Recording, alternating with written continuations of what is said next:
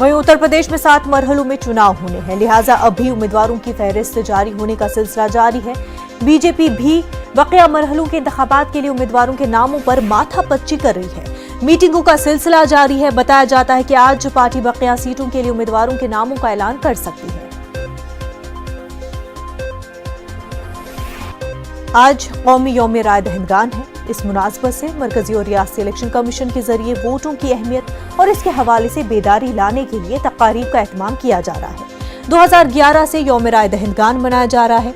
Election commission of India की यौम तासीस यानी 25 जनवरी 1950 की यादगार के तौर पर यह दिन 2011 से 25 जनवरी को मनाया जाता है। इसका मकसद खसूसी तौर पर नए राय दहिंदगान की हौसला अफजाई करना, रजिस्ट्रेशन की सहूलत फराहम करना और इसकी तादाद में इजाफा करना है। मुल्क के राय दहिंदगान के लिए वक्फ इस दिन इंतखाबी अमल में शिरकत को फरोग देने और राय दहिंदगान के दरमियान बेदारी फैलाने का काम किया जाता है। 5 रियासतों उत्तर प्रदेश, उत्तराखंड, पंजाब, गोवा और मणिपुर में असेंबली इंतखाबात 10 फरवरी से 7 मार्च तक होने वाले हैं।